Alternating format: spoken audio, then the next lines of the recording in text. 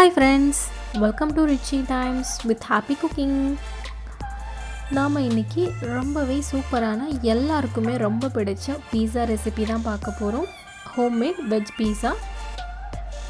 இப்போ இதை நம்ம எப்படி செய்யணும்ங்கறத பார்க்கலாம். முதல்ல பீஸா பேஸ்க்கு தேவையான மாவு ரெடி பண்ணிரலாம். அதுக்கு ஒரு பவுல்ல 1 கப் மைதா மாவு சேர்த்துக்கலாம். இது கூட கொஞ்சம் உப்பு,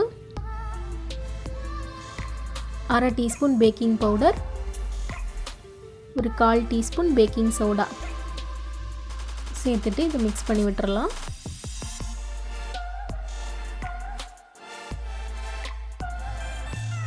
ஒரு 1/2 டீஸ்பூன் சர்க்கரையை ஒரு 4 டேபிள் ஸ்பூன் தயிரில் நான் மிக்ஸ் பண்ணி வச்சுருக்கேன். அதை இது கூட சேர்த்து நம்ம மாவு பிசைய ஆரம்பிச்சிடலாம்.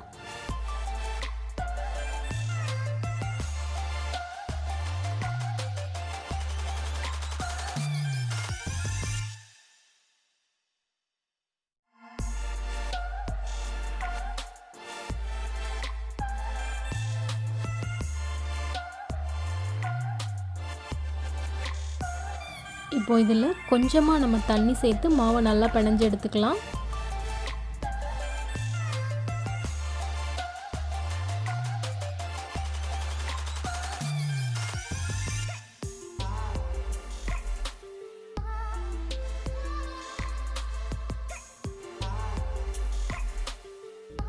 இந்த மாதிரி கையில் கொஞ்சம் ஒட்டுற மாதிரி பிணையணும்.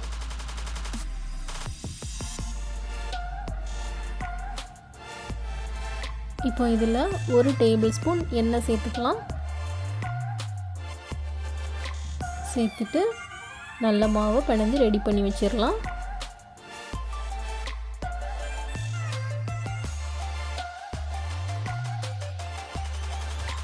நம்மளோட பீஸா டோ ரெடி ஆகிடுச்சு. இதை ஒரு வெட் கிளாத் போட்டு ஒரு 1/2 மணி நேரம் அப்படியே வச்சிடலாம்.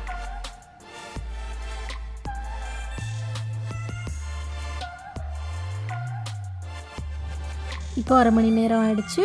அடுத்து நம்ம பீஸா செய்ய ஆரம்பிச்சிடலாம். இப்போ இதை நான் 2 பேஸாக பிரித்து எடுத்துக்க போகிறேன்.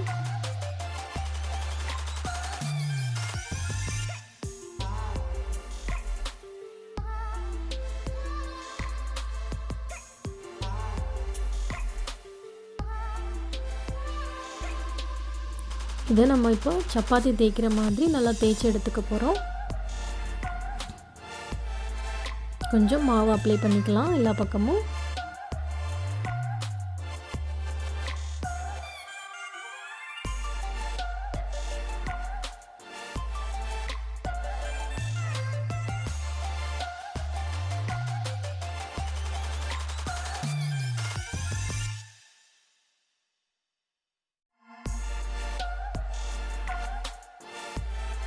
இந்த மாதிரி கொஞ்சம் தின்னாவே தேய்ச்சி எடுத்துக்கலாம்.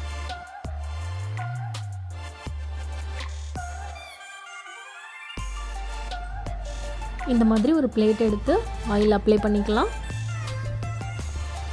இப்போ நம்ம தேய்ச்சி வச்சிருக்க இந்த மாவை இந்த பிளேட்டில் நல்லா விரிச்சு விட்டுறலாம்.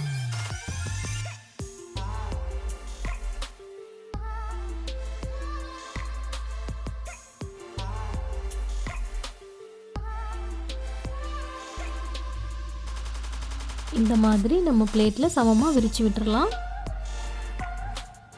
இந்த மாதிரி ஓரங்களையும் லைட்டாக அமுத்தி விட்டுக்கலாம். அதாவது ஓரங்களில் மட்டும் கொஞ்சம் தடிமனாக இருக்க மாதிரி. இப்போ ஃபோர்க் வச்சு நம்ம எல்லா பக்கமும் லைட்டாக குத்தி விட்டுக்கலாம்.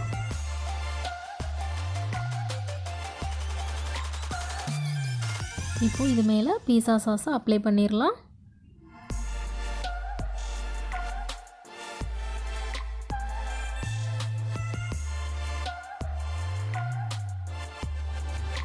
இதுக்கு மேலே நம்ம சீஸ் போட்டுக்கலாம். நான் மொசரல்லா சீஸ் எடுத்துருக்கேன். உங்கள்கிட்ட என்ன டைப் ஆஃப் சீஸ் இருக்கோ அதை யூஸ் பண்ணிக்கோங்க.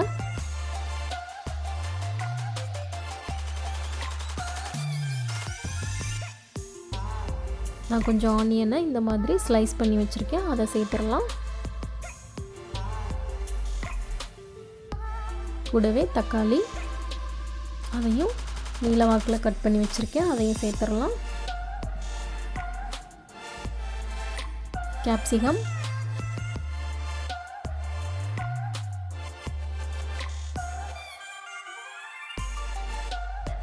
ஸ்வீட் கார்ன்,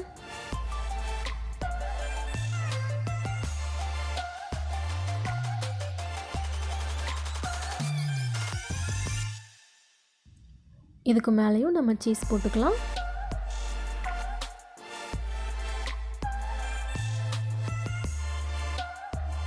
உங்களுக்கு எந்த அளவுக்கு வேணுமோ அந்த அளவுக்கு சீஸ் சேர்த்துக்கோங்க. இப்போ இதுக்கு மேலே கொஞ்சம் ரெட் சில்லி ஃப்ளேக்ஸ் போட்டுக்கலாம். கூடவே சம் ஒரிகனோ. அவ்வளோதான். இதை நம்ம இப்போ குக் பண்ணி எடுத்துடலாம். நான் முதல்ல கடாயில் அடியில் கொஞ்சம் உப்பு போட்டுக்கிறேன்.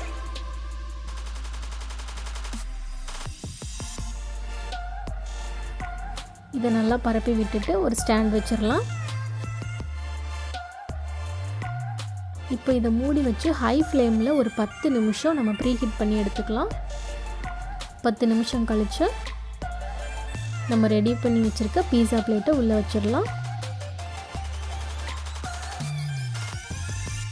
இதை மறுபடியும் மூடி வச்சு ஒரு ஹை ஃப்ளேமில் ஒரு 10லேருந்து 12 நிமிஷம் நல்லா குக் பண்ணி எடுத்துக்கலாம். எனக்கு பார்த்திங்கன்னா ஒரு 10 நிமிஷம் போல் ஆச்சு. ரொம்பவே சூப்பராக நம்மளோட வெஜ் பீஸா ரெடி ஆகிடுச்சு. பாருங்கள், எல்லாமே நல்லா குக் ஆகி வந்திருக்கும். சீஸும் நல்லா மெல்ட் ஆகிருக்கு. நீங்களும் இந்த வெஜ் பீஸா ரெசிப்பியை கடாயில் ட்ரை பண்ணி பாருங்கள். இன்னொரு தடவை ஃப்ரை பேனில் எப்படி செய்யணுங்கிறத நான் உங்களுக்கு செஞ்சு காட்டுறேன்.